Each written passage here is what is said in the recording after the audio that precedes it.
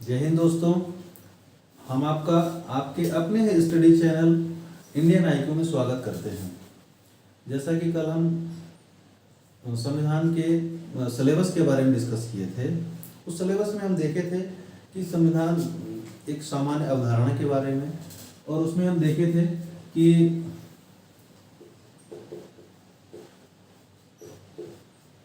संविधान सामान्य अवधारणा,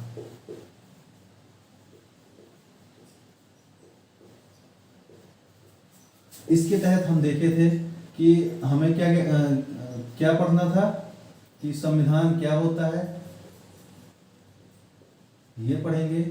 फिर संविधान के का महत्व जानेंगे, और फिर जानेंगे भारतीय संविधान क्या होता है।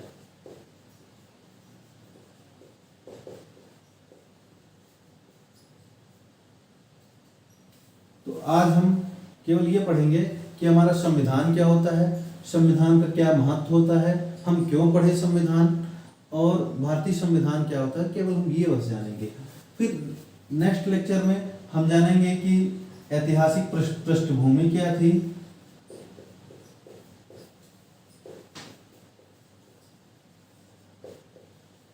और फिर संविधान सभा के बारे में जानेंगे।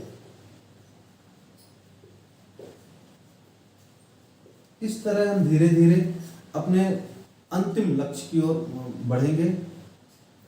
तो संविधान क्या है, इसको हम जानते हैं कि संविधान किसी भी देश का संविधान उसकी राजनीतिक व्यवस्था का वह बुनियादी सांचा ढांचा निश्चित करता है जिसके अंतर्गत उसकी जनता शासित होती है।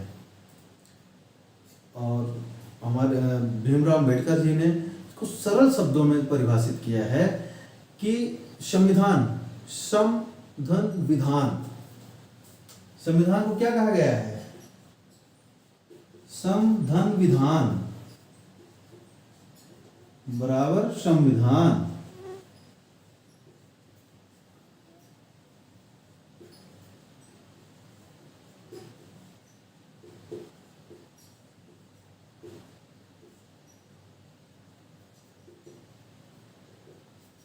इसका मतलब होता है ऐसा विधि, कानून, नियम जिससे सभी व्यक्ति समान रूप से शासित हों, या ऐसे नियम, विनियम, विधि, कानून जो सभी व्यक्तियों पर समान रूप से लागू होते हैं, उसे संविधान की संज्ञा दी गई है। दूसरे शब्दों में हम जानेंगे कि संविधान किसी भी देश, संस्था या कंपनी का ऐसा लिखित या अलिखित दस्तावेजों का संकलन होता है जिससे उस देश, संस्था या कंपनी के सभी अवयव शक्ति प्राप्त करते हैं। तो ये संविधान की कुछ डेफिनेशन हो गई है। फिर हम आगे जानेंगे कि संविधान को एक जड़ दस्तावेज मान लेना मात्र ठीक नहीं है। क्यों?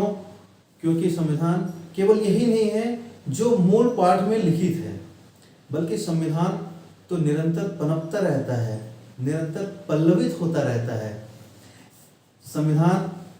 हर संविधान इस बात से तत्व और अर्थ ग्रहण करता है कि उसे किस तरह से अमल में लाया जाता है। बहुत कुछ इस बात पर भी निर्भर करता है कि देश के न्यायालय द्वारा उसका निर्वचन किस प्रकार किया जाता है, तथा उसके अमल में लाने की वास्तविक प्रक्रिया में उसके चारों तरफ कैसी परिपाटी तथा प्रथाएं जन्मती और पनपती हैं। इस तरह से हम संविधान के बारे में जाने हैं कि हमारे संविधान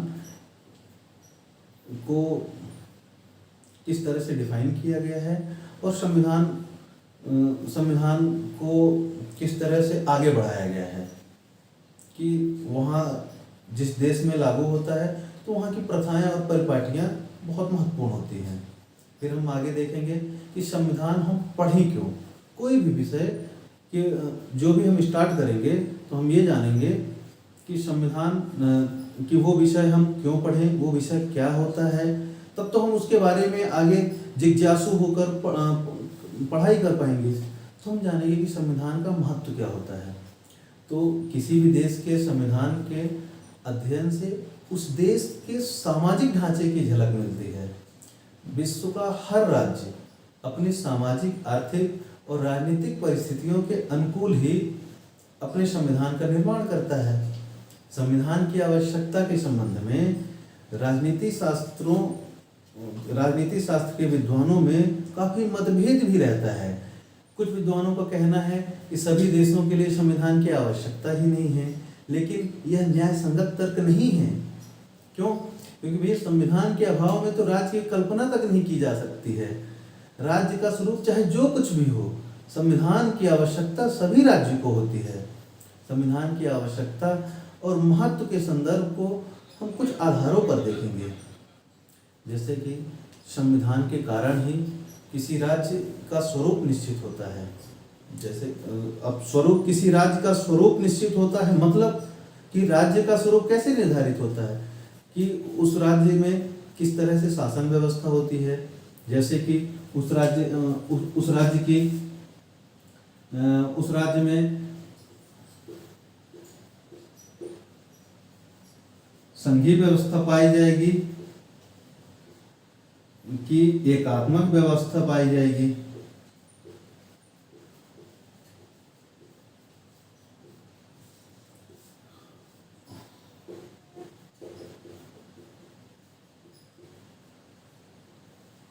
उस राज्य में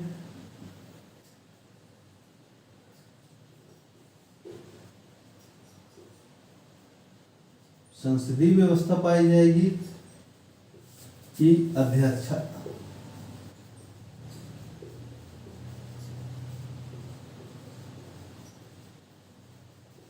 अध्यक्षात्मक व्यवस्था पाई जाती है। तो ये जो टर्मिनोलॉजी है, इन सब के बारे में हम आगे डिटेल से जानेंगे। अभी तो हम केवल ये बस आपको बताना चाहते हैं कि संविधान का महत्व इस बात पर बहुत ज़्यादा रहता है कि वह किसी भी देश के स्वरूप को निश्चित करता है। ऐसा स्वरूप जिससे कि उस देश का शासन व्यवस्था का संचालन होता है। संविधान ही सरकार के विभिन्न अंगों पर नियंत्रण स्थापित करता है और उसे तानाशाह होने से बचाता है। संविधान ही, हम मतलब ये कुछ पॉइंट वाइज पॉइंट हम देख रहे हैं कि संविधान का महत्व हम कुछ बिंदुओं के आधार पर देखते हैं। ठीक, तो उनमें से एक ये भी है कि संविधान ही तो नागरिकों के जो मूल अधिकार हैं, मूल कर्तव्य हैं, इनकी रक्षा करता है। जो हमारी स्वतंत्रताओं की धरोहर होते हैं। हम अगर आप देखें तो मूल अधिकार, मूल कर्तव्य, ये तो नागरिक स्वतंत्रताओं की धरोहर है ना। तो उसकी रक्षा कौन करता है? उसकी रक्षा संविधान के द्वारा की जाती है। ठीक, हालांकि आप आगे जानेंगे कि मूल अधिकारों का रक्षक किसे कहा जाता है, तो न्यायपालिका को कहा जाता है। लेकिन न्यायपालिका को शक्ति कहाँ से प्राप्त होती है? तो ओवरऑल देखेंगे तो संविधान से ही प्राप्त होती है। फिर हम देखते हैं कि संविधान एक ध्रुव तारे के समान होता है। अब ध्रुव तारे के समान कैसे? कि ध्रुव तारा, अगर आप रात में कहीं ऐसी जगह में हैं जहाँ पर आपको दिशा का ज्ञान नहीं है और अंधेरी रात है, उस समय पर आप कैसे पता लगाएंगे कि कौन सी दिशा किस ओर है? तो जो जानकार रहते हैं तो वो ध्रुव तारे के माध्यम से जान जाते हैं कि उत्तर की दिशा कौन सी है। तो हमारा संविधान भी ध्रुव तारे के समान है, जो शासक को हमेशा दिशा निर्देश देते हैं और उनका मार्गदर्शन करते हैं। एक अन्य महत्वपूर्ण बिंदु ये भी है इसके महत्व में कि संविधान एक आईना है जो उस देश के भूत, वर्तमान और भविष्य की झलक दिखलाता है कि उस देश में पहले कैसे शासन व्यवस्था थी, वर्तमान में कैसे है और उसी आधार पर भविष्य में कैसी शासन व्यवस्था होगी। इस बारे में हमें संविधान के द्वारा ही जानकारी होती है। तो ये हो गए, देखिए हम संविधान पढ़े हैं। सबसे पहले संविधान के बारे में जाने हैं, फिर महत्व जान लिए। अब हम जानेंगे कि हमारा भारतीय संविधान क्या है। अब ओवरऑल तो हम क्या पढ़ेंगे? भारतीय संविधान पढ़ने वाले हैं ना। तो भारतीय संविधान पहले जान लें कि भारतीय संविधान होता क्या है। तो आपको हम बता दें कि जो हमारा वर्तमान संविधान है, यह भारत के लोगों द्वारा बनाया गया है और भारत के लोगों द्वारा स्वयं को अंगीकृत किया गया है। अगर आप प्रस्तावना देखेंगे तो प्रस्तावना में सबसे पहले यही लिखा है कि हम भारत के लोग, और फिर अंतिम कहाँ होता है कि अंगीकृत, अधिनियमित और आत्मार्पित करते हैं। मतलब कि हमारा संविधान हमारे द्वारा बनाया गया है और स्वयं को समर्पित किया गया है। आपको हम बता दें कि हमारे संविधान को जिस संविधान सभा द्वारा बनाया गया है, तो संविधान सभा द्वारा 26 नवंबर 1949 को कब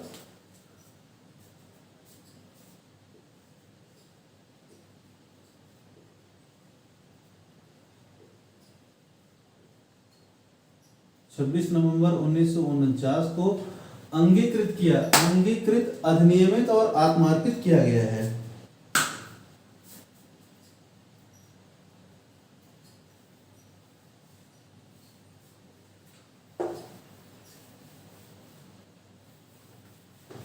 छब्बीस नवंबर 1949 को हमारा संविधान अंगीकृत, अधिनियमित और आत्मार्पित किया गया है।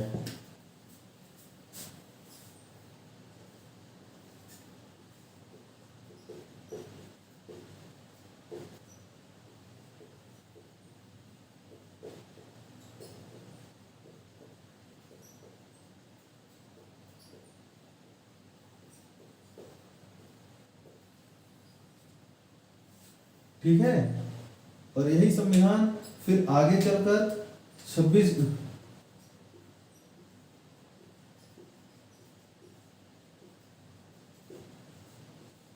नवंबर 1949 को लागू हुआ है। तो अगर कभी एग्जाम में आए कि हमारा संविधान कब अंगीकृत किया हुआ है, तो 26 नवंबर 1949 को, और लागू कब हुआ तो ये तो आपको पता ही है कि प्रतिवर्ष इसी के उपलक्ष्य में हम 26 जनवरी को गणतंत्र दिवस के रूप में मनाते हैं। ठीक है, तो ये आपको बता दें कि हमारा संविधान का ये स्वरूप है। फिर ये भी आपको पता है, आपको बता दें कि हमारे संविधान मूल संविधान है। मूल संविधान का मतलब ये होता है कि वह संविधान जो 26 जनवरी 1950 को लागू हुआ था, उस समय हमारे संविधान में 395 अनुच्छेद, 22 भाग और 8 अनुसूचियां थी। वर्तमान में जो हमारे सामने संविधान है, वह समय समय पर संशोधित हुआ है, जिसमें से कुछ भाग, कुछ अनुच्छेद हटाए गए हैं तथा कुछ का खा इस रूप में अनुच्छेद के रूप में जोड़े भी गए हैं। तो वर्तमान में हमारे जो संविधान है उसमें कुल कितने अनुच्छेद हैं? अगर संख्या की दृष्टि से देखा जाए तो संख्या की दृष्टि से देखें तो कुल है लगभग 477।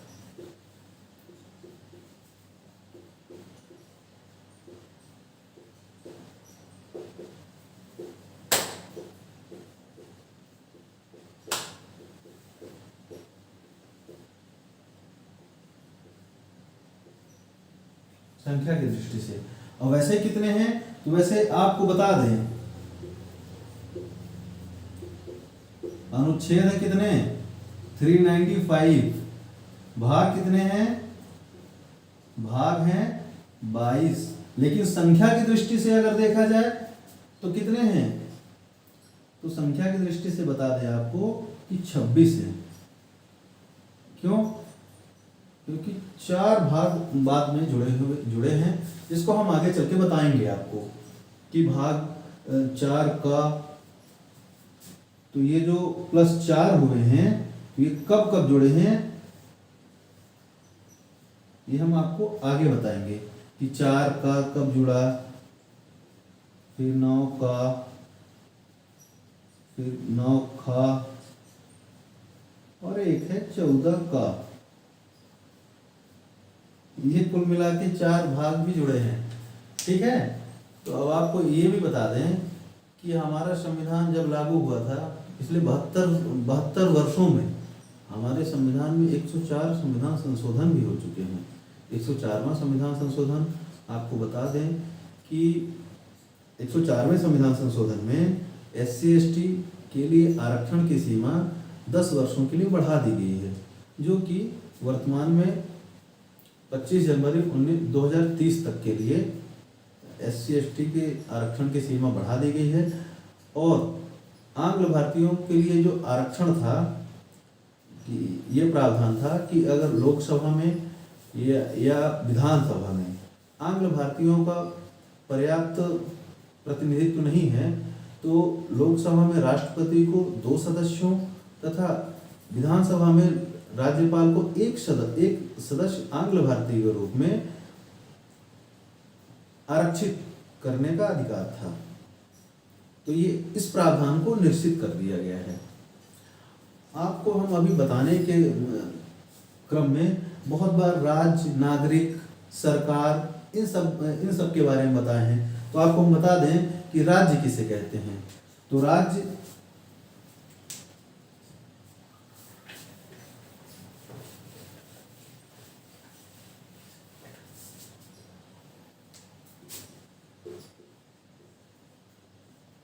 राज्य 4 तत्वों से मिलकर बना है। एक तो होता है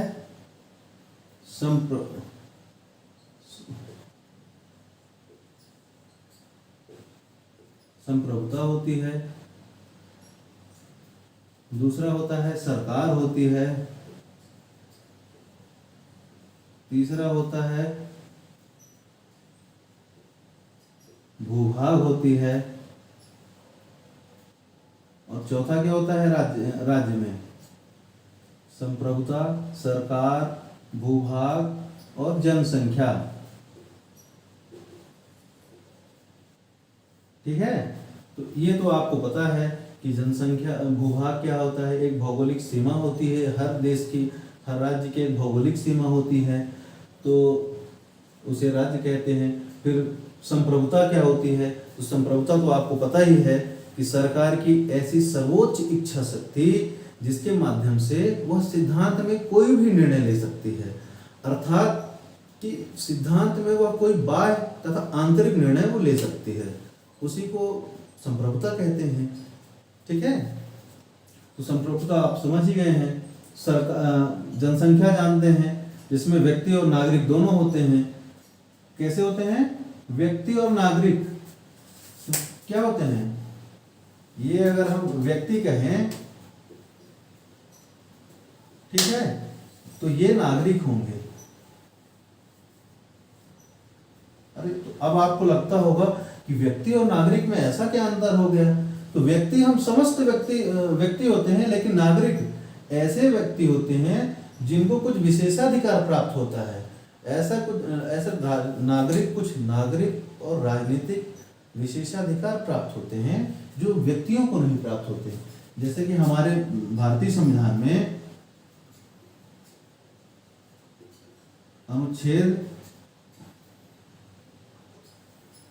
15, 16, 19, 29 व 30 ये अनुच्छेद ऐसे हैं जो केवल नागरिकों को प्राप्त हैं।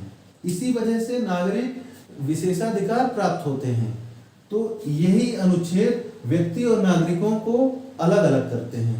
तो हमारे देश में निवास करने वाले सभी नागरिक और व्यक्ति दोनों अलग अलग होते हैं। नागरिक तो जानते हैं जिन्हें कुछ विशेषाधिकार प्राप्त होता है, और व्यक्ति वो भी होते हैं जैसे कोई विदेशी हमारे यहाँ आए भारत में तो वो भी तो एक व्यक्ति हैं। तो इन अनुच्छेदों के अलावा सारे अनुच्छेद जैसे मूल अधिकार हैं, तो सारे मूल अधिकार उनको भी प्राप्त होते हैं जो व्यक्ति होते हैं।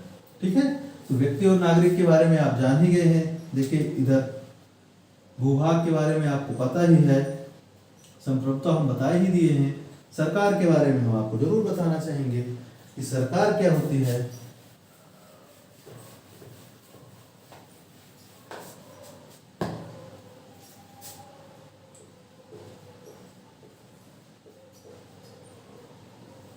सरकार को तो दोस्तों हम बहुत अच्छे से समझेंगे कि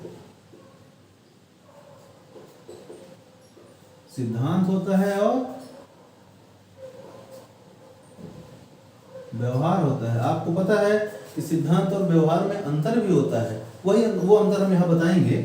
तो सिद्धांत में सरकार के कितने अंग, तो सिद्धांत में सरकार के 3 अंग होते हैं। सरकार 3 अंगों से मिलकर बनी होती है। एक तो होता है विधायिका, ठीक है, जिसे व्यवस्थापिका भी कहते हैं।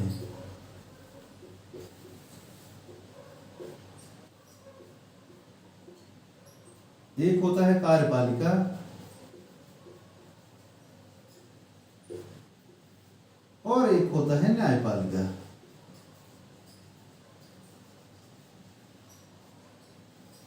ठीक है। अब आपको बता दें कि विधायिका किसे कहते हैं, कार्यपालिका किसे कहते हैं और न्यायपालिका किसे कहते हैं। विधायिका दो तरह की होती है। एक होती है केंद्र में होती है, एक होती है राज्य में। तो केंद्र में विधायिका किस किस से मिलकर बनी होती है, तो राष्ट्रपति प्लस लोकसभा प्लस राज्यसभा, इनसे मिलकर विधायिका बनी होती है केंद्र की। वहीं राज्य की दो तरह के राज्य है ना। कुछ राज्य ऐसे होते हैं जिनमें विधान परिषद भी पाई जाती है, लेकिन कुछ राज्य ऐसे होते हैं जिनमें विधान परिषद नहीं पाई जाती है। तो ऐसे राज्य जिनमें विधानसभा प्लस राज्यपाल होते हैं, और जिन राज्यों में विधानसभा पाई जाती है उन राज्यों में विधान परिषद,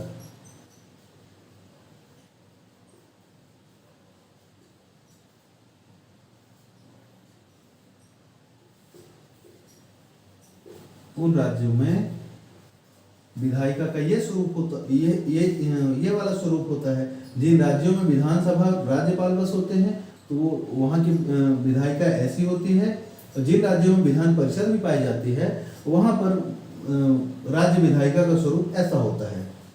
अब देखते हैं व्यवस्थापिका। विधायिका तो आपको इतना और बता दें कि जो विधि निर्माण, जहाँ पर विधेयक बनाए जाते हैं, विधेयक पारित किए जाते हैं, यह विधि निर्माण की प्रक्रिया संपूर्ण रूप से प्रचालित होती है, उसे हम विधायिका कहते हैं। वहीं कार्यपालिका किसे कहते हैं।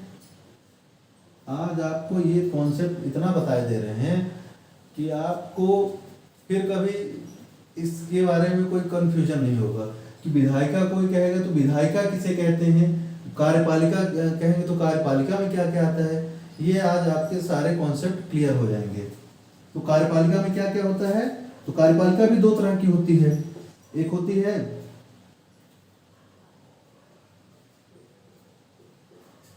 राजनीतिक होती है, और एक होती है प्रशासनिक होती है। ठीक है। तो राजनीतिक कार्यपालिका को ही हम क्या कहते हैं, शासन। और प्रशासनिक कार्यपालिका को क्या कहते हैं, प्रशासन। राजनीतिक कार्यपालिका किसे कहते हैं, तो राजनीतिक कार्यपालिका मतलब शासन, और किसे कहते हैं, तो मंत्रिपरिषद को। अब आपको पता है कि मंत्रिपरिषद किसे कहते हैं, तो मंत्रियों का समूह। हमारे मंत्रिपरिषद में कुल कितने सदस्य हो सकते हैं, तो मंत्रिपरिषद में कुल कितने सदस्य हो सकते हैं, इसके बारे में हम आपको ये बता दें कि 91वां संविधान संशोधन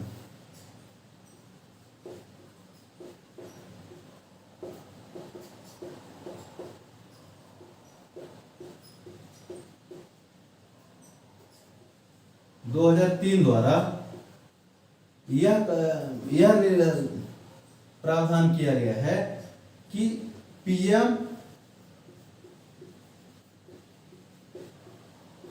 सीएम सहित मंत्रिपरिषद में सदस्यों की संख्या निचले सदन के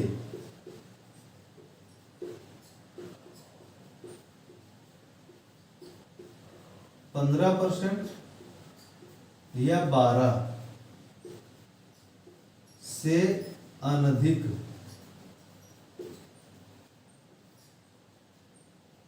अगर आपको ये लग रहा हो कि अरे अनधिक का क्या मतलब होता है, तो इसका मतलब ये होता है कि या तो 15% या 12, जो भी अधिक हो उससे अधिक नहीं हो सकते हैं। ठीक है। और इसमें निचले सदन का मतलब क्या होता है कि जो हम बताए हैं ना आपको, लोकसभा राज्यसभा, तो लोकसभा को निचला सदन कहते हैं और राज्यसभा को उच्च सदन कहते हैं। समझ रहे हैं ना। तो निचले सदन, अब देखिए लोकसभा का 15%, वहीं अगर राज्य में आएंगे तो विधानसभा का 15% या 12। लेकिन एक बात ध्यान रखिएगा कि ये दिल्ली के लिए अपवाद है। दिल्ली के लिए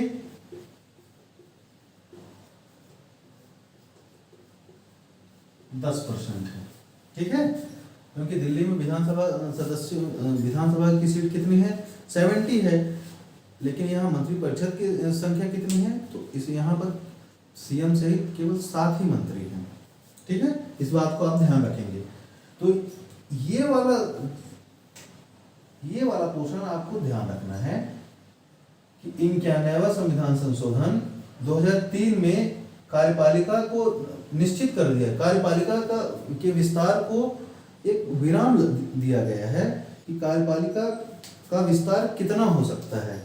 क्योंकि 2003 के पहले तो गठबंधन की सरकार थी, और गठबंधन की सरकार में जो भी गठबंधन के और दल थे, तो उनको अपनी ओर आकर्षित और बनाए रखने के लिए मंत्रिपरिषद में शामिल कर दिया जाता था।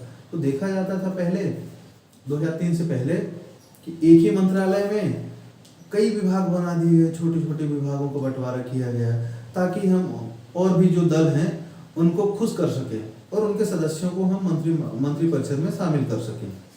तो इस चीज पर विराम लगाया गया 2003 में। तो वहां पर निर्धारित किया गया कि निचले सदन के 15% या 12 से अधिक मंत्रिपरिषद की सदस्य संख्या नहीं हो सकती है। इसके लिए दिल्ली को अपवाद में रखा गया है। ठीक है, तो ये हो गया कार्यपालिका। कार्यपालिका में आपको पता है कि राजनीतिक में मंत्रिपरिषद। अब आपको ये भी बता दें कि मंत्रिपरिषद में कितने प्रकार के मंत्री होते हैं। तो इसमें तीन प्रकार के मंत्री होते हैं। एक होते हैं कैबिनेट मंत्री, ठीक है, दूसरे होते हैं राज्य मंत्री, और तीसरे होते हैं उप मंत्री। वनडे एग्जाम वाले विशेष तौर पर ध्यान रखेंगे कि मंत्रिपरिषद में कितने प्रकार के मंत्री, तो 3 प्रकार के मंत्री। 4 प्रकार के मंत्रियों में टिक मत लगाइएगा। ठीक है। और प्रशासनिक कार्य, देखिए अभी तक कार्यपालिका का 2 विभाजन, एक राजनीतिक कार्यपालिका, दूसरा प्रशासनिक कार्यपालिका। ठीक है, राजनीतिक कार्यपालिका में मंत्रिपरिषद होती है। मंत्रिपरिषद में कितने प्रकार के मंत्री, तो 3 प्रकार के मंत्री, कैबिनेट मंत्री, राज्य मंत्री और उप मंत्री। वहीं प्रशासनिक कार्यपालिका में हम क्या देखेंगे कि प्रशासनिक कार्यपालिका में नौकरशाही आती है।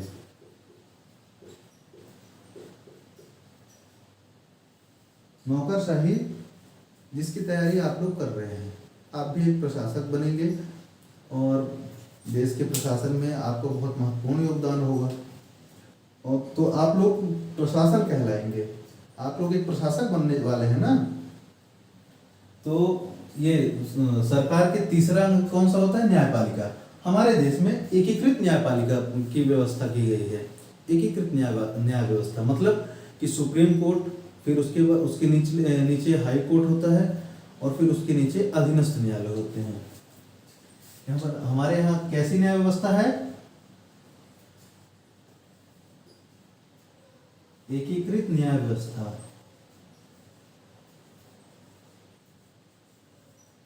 राइटिंग पर बिल्कुल ध्यान मत दीजिएगा कि अरे राइटिंग कैसी है, आप तो कॉन्सेप्ट पर ध्यान दीजिए। तो हमारे यहाँ एकीकृत न्याय व्यवस्था पाई। एकीकृत न्याय व्यवस्था का मतलब होता है कि सुप्रीम कोर्ट, हाई कोर्ट, अधीनस्थ न्यायालय, ये तीनों एक दूसरे से स्वतंत्र नहीं है, ये एक क्रम में है। भले ही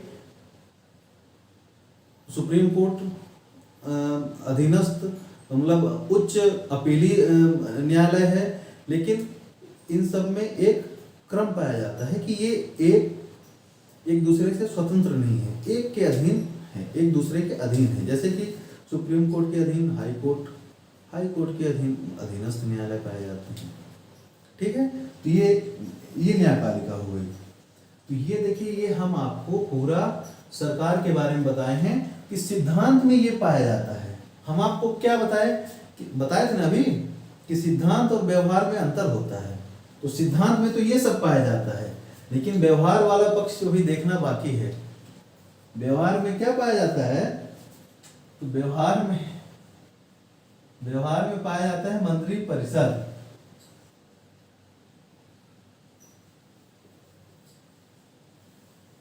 और मंत्री परिषद में ही क्या होती है? मंत्रिमंडल। ठीक है, तो अब अगर पूछें कि हमारे सरकार का स्वरूप कैसा है, तो हमारे देश में सरकार में मुख्य रूप से मंत्रिमंडल का महत्वपूर्ण योगदान होता है। चाहे नीति निर्णय हो या कोई भी महत्वपूर्ण वैदेशिक संबंध हो या कोई भी महत्वपूर्ण नीति निर्णय के संबंध में मंत्रिमंडल का बहुत महत्वपूर्ण योगदान रहता है। इसीलिए हमारे सरकार को मंत्रिमंडलीय सरकार भी कहा जाता है।